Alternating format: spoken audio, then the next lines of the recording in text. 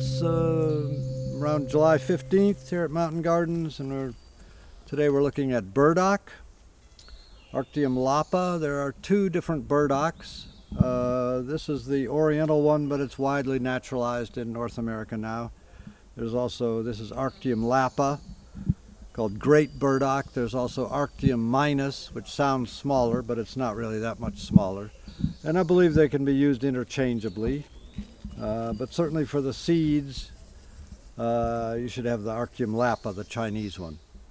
So burdock is, in Western medicine, it's the root that's primarily used.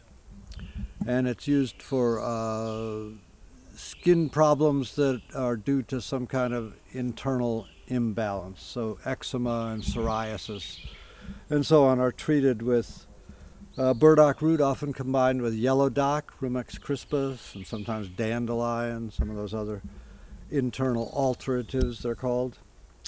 It's also a very good vegetable, really important for macrobiotic people. Think that this is a super healthy vegetable, the root of it. But you can also eat the stalks or the leaf stalks. This is not a particularly huge burdock. It can get a lot bigger than that with much bigger leaves. This is just one that's happened to sow itself here. They're spotted around the garden.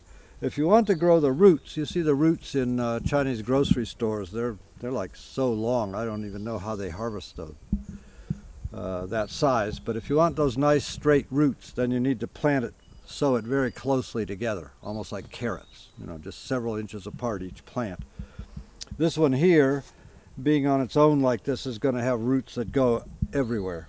And they'll still be the same in terms of eating, presumably, but they'd be a lot more awkward to deal with for cleaning them and slicing and so on.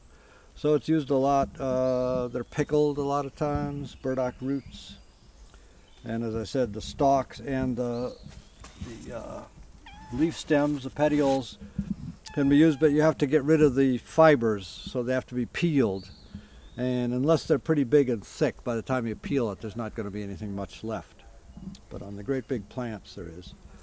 So they're flowering at the moment, and these are the burrs. That gives it the burdock name.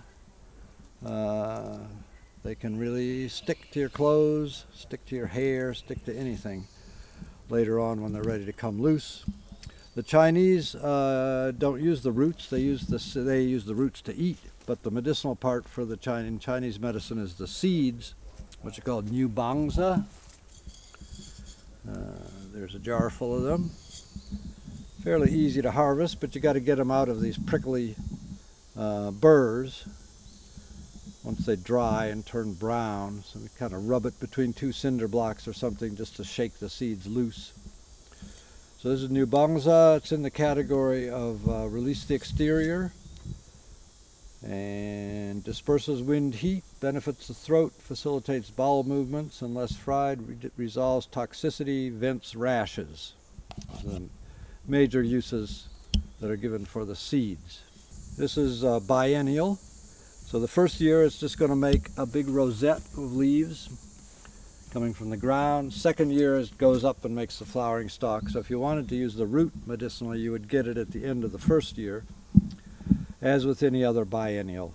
By the end of this year, there's not going to be any value in that root at all. All the energy went up to making the seeds. And it self-sows pretty reasonably, not outrageously weedy in this garden, but that might be because we're often harvesting the seeds.